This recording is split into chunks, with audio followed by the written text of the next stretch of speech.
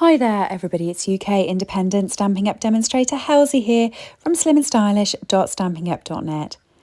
And today we're playing with the Blueberry Bunches stamp set. I have fallen in love. We had a blueberry stamp set probably a couple of years ago and I used that loads, did lots of watercolouring with it, was so excited about having it, and then I saw this in the catalogue and I was like, yes, blueberries again. It's blue, you can colour them really bright, you can put them with really bright greens. It's just fun, guys. So I picked this stamp set up. It's a cling mount stamp set from Stampin' Up. And what I'm going to be doing with it today is using the stamp set to create my own DSP background. So I'm going to get all those fun colours I was talking about and really load them up on this card. So what I've done is I've took a 10.5 by 14.8 centimetre card base. So this is the same size as my actual card. I've used my Memento ink and I've stamped the same main bunch berry onto the paper. Multiple times I've left gaps in between, but I've tried to get as many of those onto the paper as possible. And then I'm coming in with the Pebbled Path blend. I do love this colour. It's like a browny grey. It's a warm grey, really. Pebbled, smoky slate, and grey granite is lovely, but they're cold greys. This is a really warm one, and I haven't used it as much as I should. So I'm using the dark to outline my stamped image. So just keep going around all of the parts of this on the outside and create yourself a nice little border to each one. And then what we're going to do is we're going to use the light Pebbled Path to colour in and fill in those gaps so it completely colours the back of the card. Now what I really like about this is it gives you a coloured background with still having the absolute bright colour of the images on a one layer. So we could have easily done this by stamping these a million times, cutting them out, colouring them in, and then putting them on Pebbled Path cardstock and creating what I like to call a floating card. I did one of those this week using one of the online exclusive stamp sets and doing a load of floating fruit. So do check that out if you want to see how to do that technique. But we could have done that here, but it wouldn't have been one layer, and I don't think it's as fun, and I do think this is really effective because it just really pops off the colour background. Now you could have done this with any colour. Like I said, I chose to do Pebbled Path because I do really like it. I don't think I've used it enough. But you could have done this with a light colour. You could have done it, say, with Pool Party, or you could have done it with Lemon Lolly, and it would have created a completely different effect.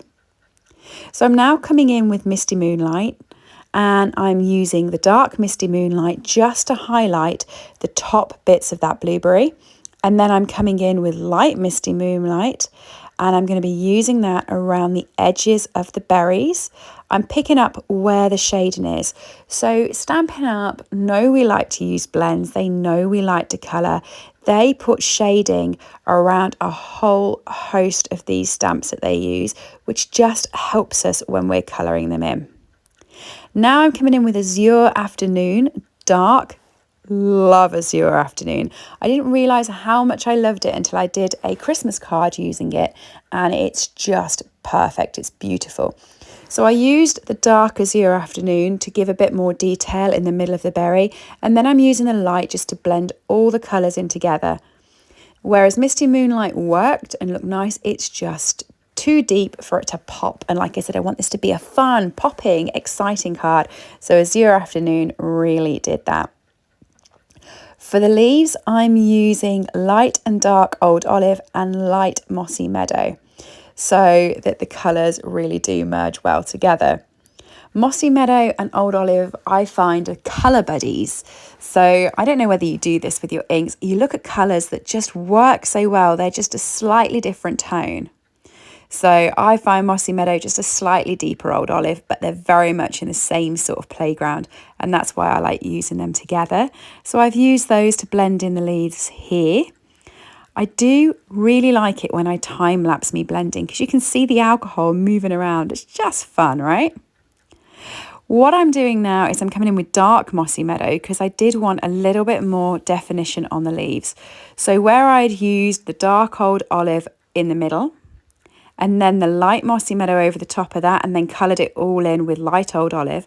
I'm now using the dark Mossy Meadow just to run across the centre of those leaves and create a bit more definition so it looks like they pop off the page. And then this one here is the lovely Parakeet Party, which is so bright, it's like a highlighter. I've just applied a little bit of that to the end of the leaves to give it a bit more texture. I really liked the sentiment that was in the stamp set. So happy for you. I think that's a really cute sort of sentiment. It's not one you're used to seeing, and I wanted to pop it on this card. So I'm creating my card base. You know me, if you follow my channel, I usually have card bases already ready, cut and pre-scored, but they're if they're basic white. So because I wanted a pebbled path base, I've cut and scored this. So it was an A4 sheet cut in half and then scored in half again at the 10.5 centimetre, which means that my coloured mat, my coloured mat sits directly onto the card, and it just looks really nice like that, I think. You could have done it with a frame, but because I've gone for such bold imagery, I decided that I wanted it to go the whole width of the card. So happy for you, I think, is just, like I said, a really good sentiment, but I wanted it to be spaced out, okay? I didn't want it to be just a panel on the card. So what I've done is I've cut all of the words out and I've cut them really, really close. So happy for you. And I'm going to just balance these across the card. So instead of having one great big white patch where the sentiment was, I'm now going to have 4 little white panels that go along the card, and they'll look quite artistic that way. And then it's really up to you how you want to do this, as to whether you want to keep it looking single layer like I have and just put the Tombow on it and stuck it down that way, or you could use some mini dimensionals and pop them up. I've decided that I wanted them stuck flat to the card, just because I've already done this as a 1 layer, and I think this just looks really nice as it looks like it's part of the design. And I've kept them white rather than colouring them in because I just think that pops. I just think that makes the sentiment, really obvious, whereas the rest of the card is so bright. I'm then going to grab some embellishments to put on this. I hadn't used these basic ones for some time, so I decided to get these out, and I'm using the white ones just to make it pop. And I've put them all in one area, bunched up together, so that they just define the white on this card. And then finally, some Winker Stella. Because I didn't think it popped enough, I decided to really glam those berries up. So what do you think? Created my own DSP to make this card using the Blueberry Bunches stamp set. I love it. I've loved colouring and blending this. It really put me in my happy space. You can purchase the stamp set from my store, www.slimandstylish.stampingup.net. Thank you so much for watching. If you've enjoyed it, please do let me know. And please do give me a like if you enjoyed it, as it really helps my interactions. You can also follow me over on my Instagram page.